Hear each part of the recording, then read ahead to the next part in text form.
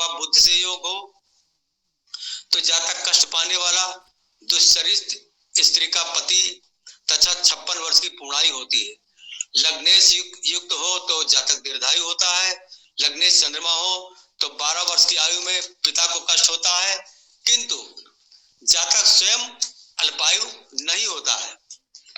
अष्टमेश नवम भाव में हो, जातक जीव हिंसक, जीव को मारने वाला, पापी, बंधु तथा मित्रहीन, अपने कुल के शत्रुओं द्वारा सम्मानित, माता पिता का अल्प सुख प्राप्त करने वाला, स्त्री बंध्या अथवा मृतवत्सा होती, जिसकी संतान पैदा होती खत्म हो जाती, उसे मृतवत्सा कहते हैं।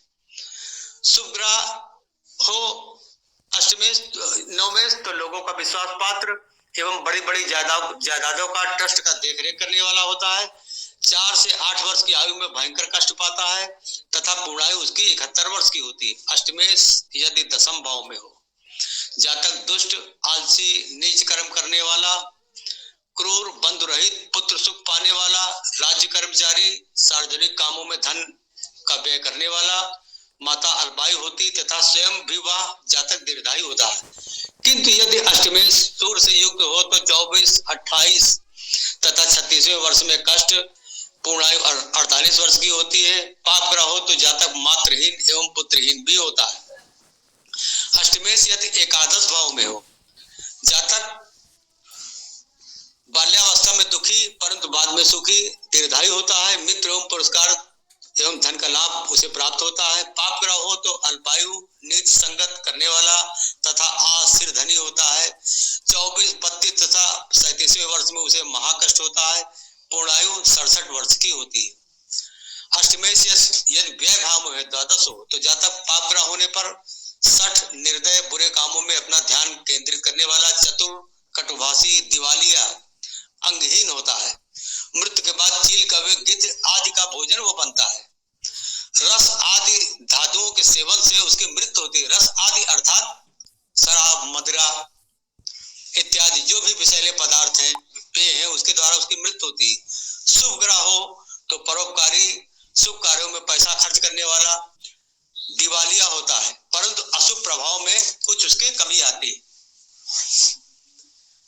अब अष्टमेश यदि छठे भाव में हो तो व्यक्ति रोगों के द्वारा जूझते रहने वाला, रोगों से हमेशा दोचार होने वाला, रोग उसे घेरे रहते हैं, और किसी भयंकर रोग के द्वारा यदि अष्टम भाव यदि अष्टमेश छठे भाव में है और शुभ ग्रह है तो निश्चित रूप से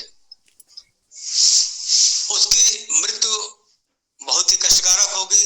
परंतु अशुभ ग्रह है, पाप ग्रह है, क्योंकि 6, 8, 12 पाप हाउस है, यहाँ पाप ग्रह बलवान होते हैं। यदि अशुभ ग्रह है तो वो अपनी बीमारियों से लड़ेगा, उनसे विजय भी पा सकता है।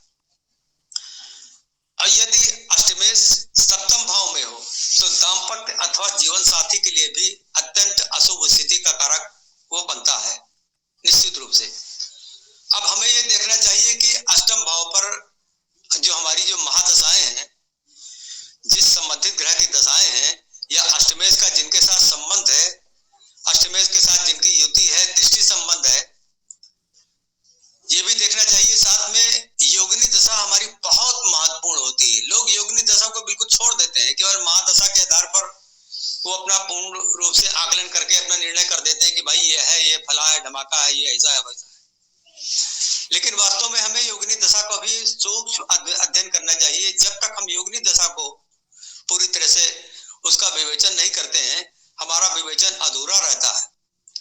अष्टम भाव में केवल महादशा देख के, अंतरदशा देख के, अरे ये शनि में केतु की दशा है तो ये बड़ा कष्ट होगा, ये ऐसा होगा, ऐसा हम कैसे कह सकते हैं?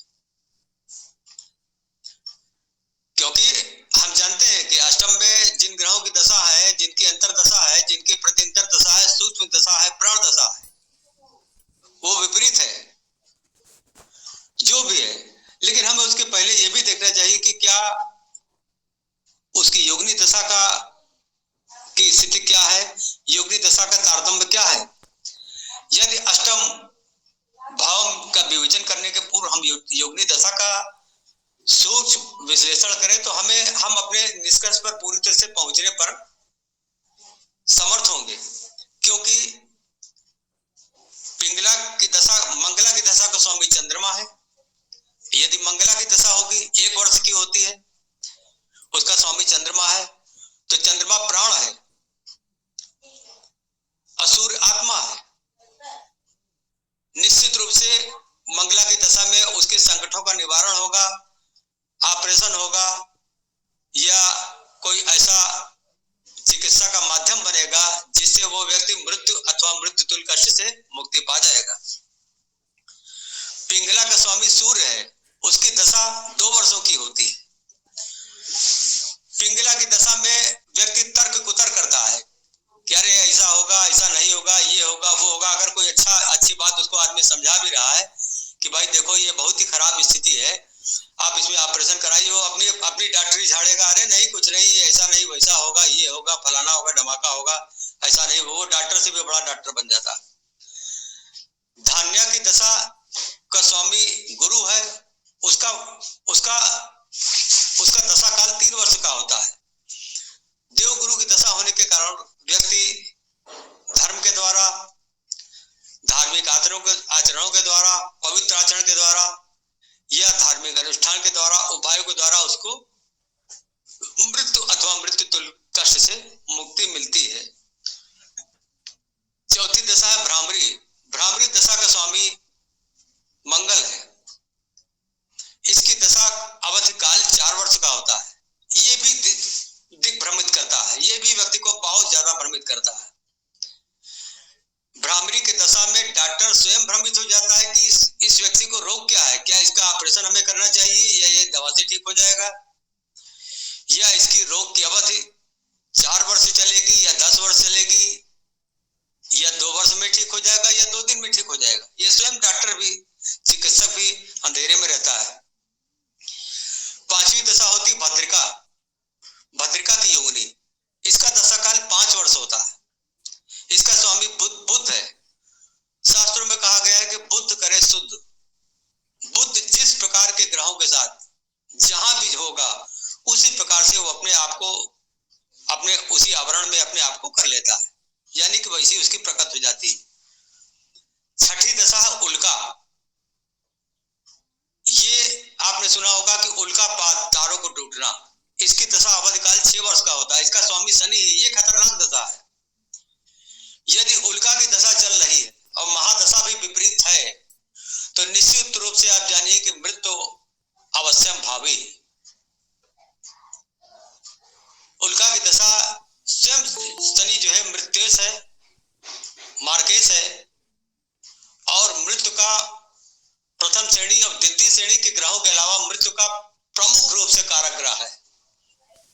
जिस प्रकार से चंद्रमा चतुर्थ भाव का कारक है, बृहस्पति संतान का कारक है या बुद्धि का कारक है, शुक्र सप्तम भाव का दाम्पत्य का कारक है, उसी प्रकार से शनि मृत्यु का कारक ग्रह है।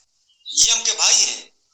धर्मराजा नमः, यमा नमः, काला नमः, नीला नमः, मृत्यु नमः, अंतकाय नमः, चित्रा नमः, चित्रगुप्ता नमः, तज्ञा नमः, परमेष्टि नमः, वैवस्वाय नमः, सर्वभूतछाय नमः, अधुम्बरा नमः, प्रकोदरा नमः। धर्मराज के 14 नाम है, उसमें शनि भी नहीं, शनि भी है। शनि उनके भाई है। यमुना उनकी बहन है। यमराज शनि के छोटे भाई है। सूर्य पिता है और छाया उनकी माता है।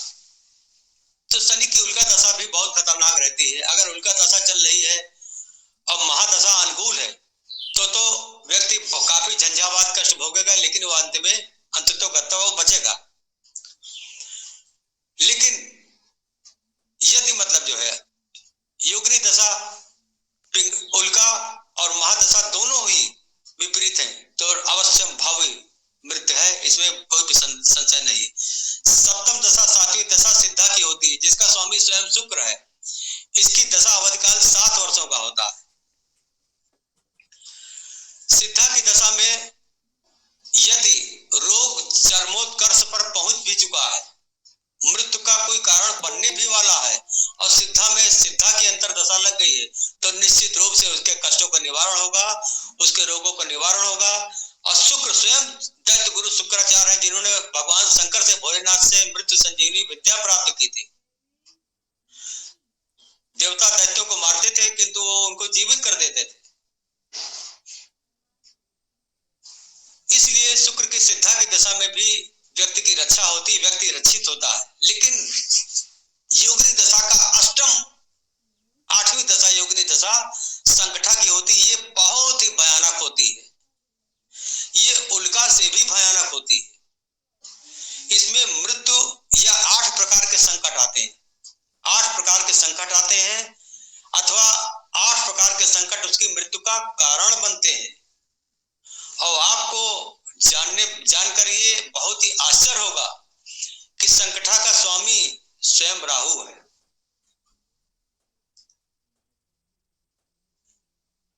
संकटा का स्वामी स्वयं राहु है। ये स्वयं काल है, दक्षिण दिशा का स्वामी है। अर्धकाय महावीर्यम चंद्राकेत विवर्धनम, सिंहिका का पुत्र है। ये स्वयं बहुत ही खतरनाक ग्रह है। ये काल है जहां भोलेनाथ महाकाल है। शिव के सहस्त्र नामों में 1008 नामों में, शिव सहस्त्र नामों में एक नाम ये भी है राहु। ओम राहवे नमः, ओम केतुवे नमः, ओम भौमाय नमः, अंगारकाय नमः, चंद्राय नमः, सोमाय नमः, बृहस्पति नमः, बुधाय नमः। स्वयं राहु जो है काल है, उनका अंचर, उनका सहायक असिस्टेंट है। ये संकटा के स्वामी।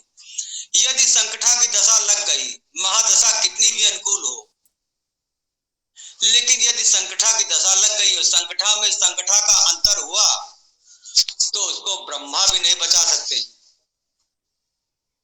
शायद उसके अच्छे कर्म हो या वो व्यक्ति सात्विक हो, पापी ना हो, सदाचारी हो, दुष्ट ना हो, धूर्त ना हो, तो निश्चित रूप से उसकी जो है रक्षा होगी। मैंने बहुत समय लिया। राहु की दशा में साथ और संकटा का भी चले तो और दुर्गति हो जाती है। अरे राहु की दशा में संकटा चलेगा तो जीवित नहीं रहेगा। वो राहु स्वयं संकटा के स्वामी, वो तो समझ लीजिए कि काल है बिल्कुल एकदम। सॉल्यूशन क्या है जी? सॉल्यूशन क्या है इसका? समाधान क्या है?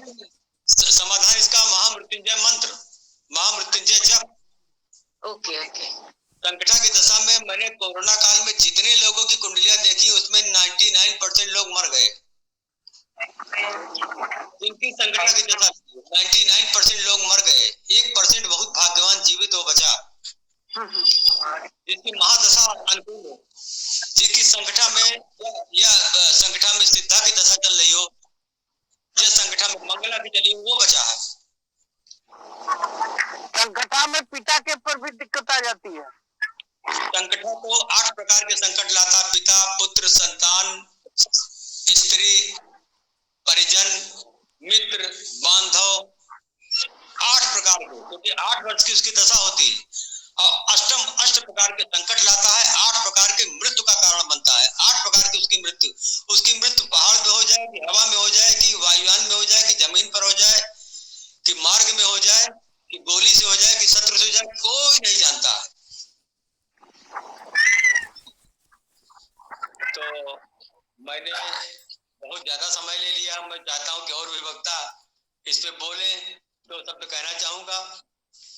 ओम त्र्यंबकम यजामहे सुगंधिवर्धनम